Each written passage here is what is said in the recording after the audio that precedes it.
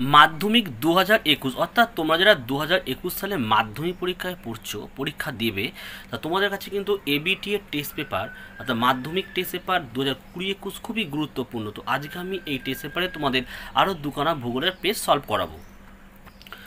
তো দেখো, এই জিওগ্রাফির আজকে আমি তোমাদের 512 আর 553 31টা ইংরাজি আছে, এই দুখানা পেজ কিন্তু আমি সলভ করাবো।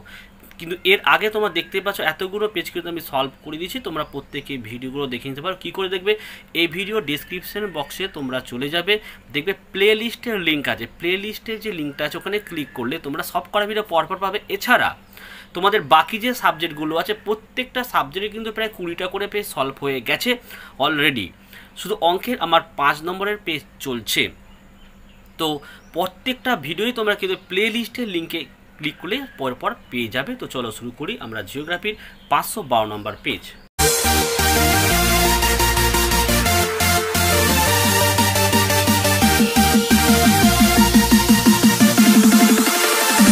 এটা হচ্ছে আমাদের 512 নাম্বার পেজ। তো প্রথমে আমাদের 14খানা তো এমসিকিউ আছে, তো 14খানা এমসিকিউ আমরা দেখে নিই। 1 পয়েন্ট কি বলছে দেখো, ক্ষয় কাজের মাধ্যমে উচ্চভূমির উচ্চতা হ্রাসের প্রক্রিয়া হলো অপশান খ হচ্ছে আমাদের অ্যান্সার, অর্থাৎ অবরোহণ প্রক্রিয়া। ঠিক আছে। 1.2 দেখো, হিমবাহের ক্ষয়ের ফলে সৃষ্ট দুটি কড়ির মধ্যবর্তী সংকীর্ণ তীক্ষ্ণ প্রাচীরকে বলা হয়, কি বলা হয়? অপশান গ হচ্ছে এরিটি বলা হয়। 1.3 গঙ্গা ব্রহ্মপুত্রের বদ্বীপ হলো এক প্রকারে কি? অপশান ক হচ্ছে দেখো ধনুকাকৃতি বদ্বীপ। আচ্ছা, 1.4 এদিকে চলে আসো।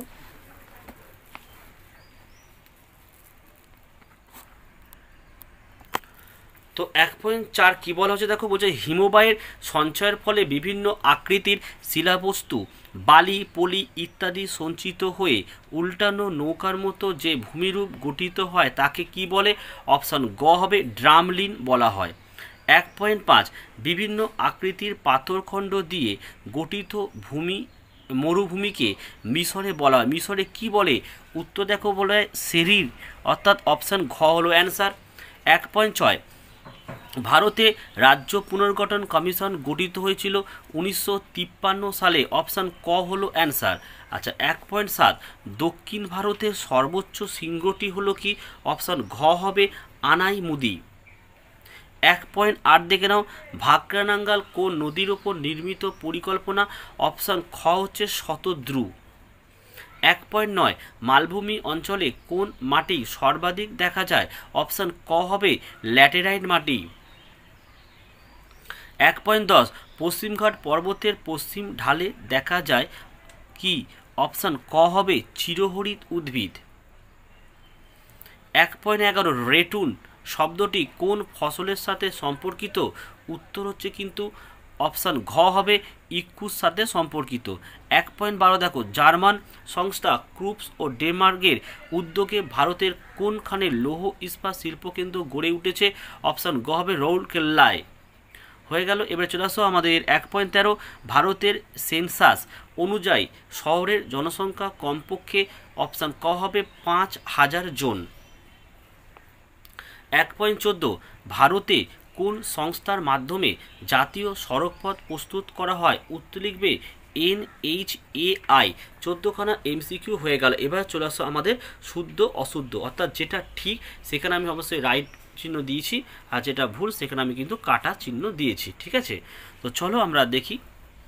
তো 2.1.1 কী বলছে দেখো, জলপ্রপাতে প্রচুর পরিমাণে জলবাহিত হলে তাকে ক্যাটারাক্ট বলা হয়, কি বললাম? তাকে ক্যাটারাক্ট বলা হয়। তো এটি আমাদের রাইট অ্যান্সার, শুদ্ধ। হ্যাঁ, আচ্ছা, দুয়েরটা পর্বতগাত্র ও হিমবাহের মধ্যে যে ফাঁক দেখা যায় তাকে ক্রেভাস বলা হয়, এটি কিন্তু আমাদের অশুদ্ধ, তো ভুল অ্যান্সার।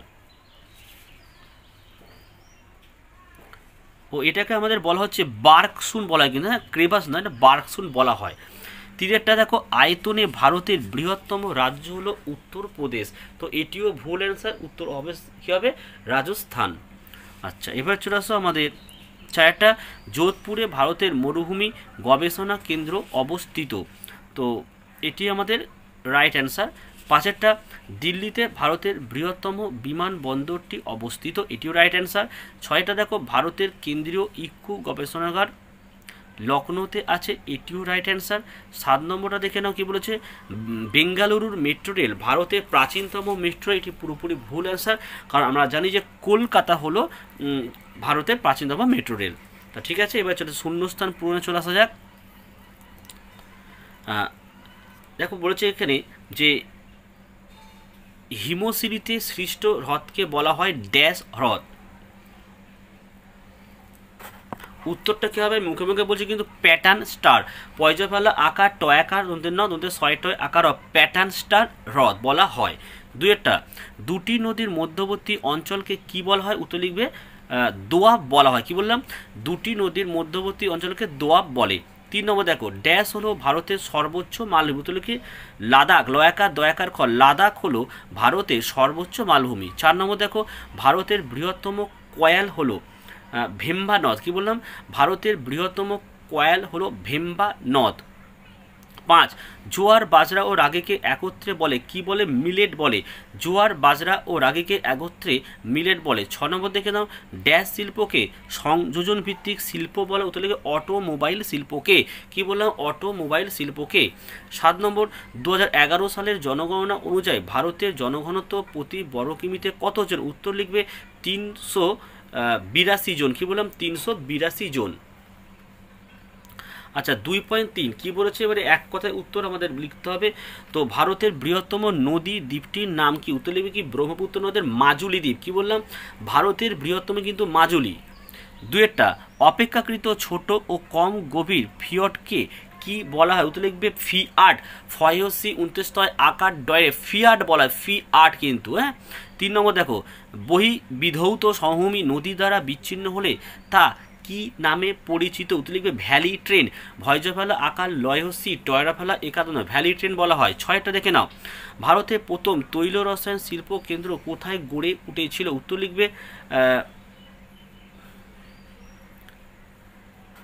তো একটু ভুল বলে আমার 4 নম্বরটা বলা হয়। 4টা হচ্ছে কি দেখো কর্ণাটক মালভূমির পূর্বাংশকে কি বলে, উত্তর লিখবে ময়দান বলা হয়। কি বললাম, ময়দান বলা হয়। 5 কালবৈশাখীকে অসমে কি বলে, উত্তর লিখবে বর দই ছিলা। কি বললাম, বর দই ছিলা বলা হয়। 6 নম্বর ভারতের প্রথম তৈল রসায়ন শিল্প কেন্দ্র কোথায় গড়ে উঠেছিল, উত্তর লিখবে কি মহারাষ্ট্রের ট্রম্বেতে। ফের বললাম মহারাষ্ট্রের ট্রম্বেতে। 7 নম্বর কত সালে ভারতে প্রথম রেল চলাচল শুরু হয়, তো আশা করি উত্তরটি কিন্তু তোমরা প্রত্যেকেই জানো, ইতিহাসে পড়েছো, তাই উত্তরটা আমি বললাম না, তোমরা অবশ্যই কমেন্ট করে জানিও। 8 নম্বর জনসংখ্যা ও মোট ভূমির ক্ষেত্রফলের অনুপাতকে কি বলা হয়, উত্তর লিখবে জনঘনত্ব বলা হয়। ঠিক আছে, তো চলো আমরা পরের পেজে যাই। তো চলো এটা হচ্ছে আমাদের 553 নাম্বার পেজ। তো 553 নাম্বার পেজে প্রথমে যে 14খানা এমসিকিউ আছে সেগুলো নিয়ে আগে আলোচনা করে নিই। 1.1 বহির্জাত প্রক্রিয়ায় শক্তির মূল উৎস হলো, অপশান ঘ হবে সূর্য। 1.2 মরু অঞ্চলের মাঝে শুষ্ক নদীখাতকে বলে কি, অপশান খ হবে ওয়াদি। 1.3 পলল শঙ্কু গঠিত হয়, অপশান খ হবে পর্বতের পাদদেশে। 1.4 নদীর গতিবেগ দ্বিগুণ হলে বহন ক্ষমতা বাড়ে, অপশান ঘ হচ্ছে 64 গুণ। এবার চলে আসো আমাদের 1.5 কি বলেছে, যে ভূপৃষ্ঠে অনুভূমিকভাবে ঘটা আলোড়নকে কি বলে, অপশান ক হচ্ছে গিরিজনি বলা হয়। 1.6 1956 সালে ভারতে রাজ্য পুনর্গঠনের মূল ভিত্তি ছিল, অপশান ক হবে কি ভাষা। 1.7 ভারত পাকিস্তানের মধ্যবর্তী সীমারেখা হলো, অপশান ক হবে র্যাড ক্লিফ। 1.8 দক্ষিণ ভারতের সর্বোচ্চ পর্বত শৃঙ্গ হচ্ছে, অপশান খ আনাইমুদি। 1.9 বৃষ্টির জল সংরক্ষণের প্রথম অগ্রণী রাজ্য কি, অপশান গ হবে তামিলনাড়ু। 1.10 অবিশুদ্ধ কাঁচামালের পণ্যসূচক 1-এর বেশি, অপশান গ হলো আমাদের অ্যান্সার। 11 ভারতের বৃহত্তম মহানগর হলো মুম্বাই, অপশান খ। 1.12 কার্পাস উৎপাদনে আদর্শ মাটি হলো কৃষ্ণ মৃত্তিকা, অপশান ক হলো অ্যান্সার। 1.13 ভারতে হেক্টর প্রতি ধান উৎপাদনে প্রথম স্থান অধিকার করেছে, অপশান খ হবে পাঞ্জাব। 1.14 ভারতে উন্নয়নের জীবনরেখা বলা হয়, অপশন গ হবে জলপথকে। ঠিক আছে, এবার চলে আসো আমাদের শুদ্ধ অশুদ্ধ।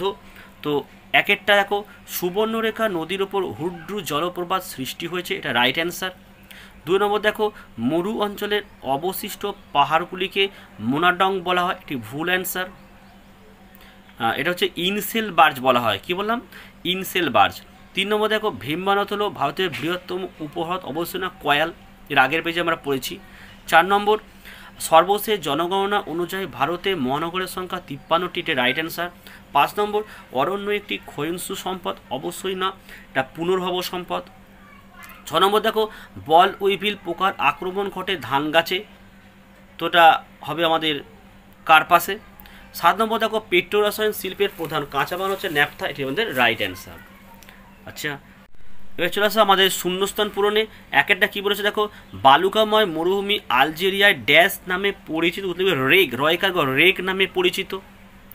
2, নদী খাতে অবঘর্ষ প্রক্রিয়ায় সৃষ্ট গর্তগুলিকে কি বলে, উত্তর লিখবে পট হোল বলা হয়, কী বললাম, পট হোল বলা হয়। 3, ভারতের কেন্দ্রীয় অরণ্য গবেষণাগার রয়েছে ড্যাশ, উত্তর কি দেরাদুনে।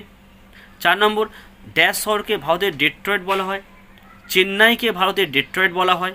5, মালাবার উপকূলের বালিয়াড়িকে ড্যাশ বলে, তো এটা কি হচ্ছে, মালাবার উপকূলের বালিয়াড়িকে ড্যাশ বলে, উত্তর লিখবে টেরিস বলে, টেরিস। 6টা, ভারতের প্রাচীনতম নদী পরিকল্পনা হলো দামোদর নদী পরিকল্পনা, কি বললাম, দামোদর নদী পরিকল্পনা, দামোদর নদী পরিকল্পনা। 7টা, ভারতের ব্যস্ততম জাতীয় সড়ক হলো কি, NH2, কি বললাম, NH2 হয়ে গেল। এবার এক কথায় চলে আসো, আমাদের এখানে কি বলা হয়েছে একেরটা দেখো। তো দেখো এখানে একটি বা দুটি শব্দে উত্তর দাও। একেরটা কি বলেছে, সমুদ্রে ভাসমান বিশাল আকৃতির বরফের স্তূপকে কি বলে, উত্তর লিখবে হিমশৈল বলা হয়, কি বললাম, হিমশৈল বলা হয়। 2, বিশ্বের দীর্ঘতম খাড়ি কোন নদীর মোহনায় অবস্থিত, উত্তর লিখবে কি সেন্ট লরেন্স নদীর মোহনায়, কি বললাম, সেন্ট লরেন্স নদীর মোহনায় অবস্থিত। 3, নদীর জলপ্রবাহ মাপার এককের নাম কি, উত্তর লিখবে কিউসেক, কি বললাম, কিউসেক। 4, সার্কের সদর দপ্তর কোথায় অবস্থিত, উত্তর লিখবে যে নেপালের রাজধানীর কাঠমান্ডুতে, কি বললাম, নেপালের রাজধানী কাঠমান্ডুতে।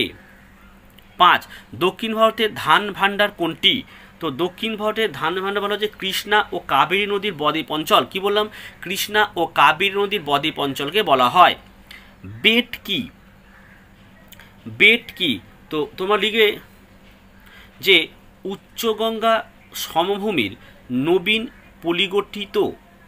পলিগঠিত কিছুটা নিচু সমতল ভূমিকে বেড বলা হয়, কোথায় বলা হয়, হ্যাঁ বেড বলা, এটা হলো, ফের বলছি উত্তর আগে মিলিয়ে নেবে তোমরা, যে উচ্চগঙ্গা সমভূমির নবীন পলিগঠিত কিছুটা নিচু সমতল ভূমিকে বেড বলে। 7 নম্বরেরটা দেখো,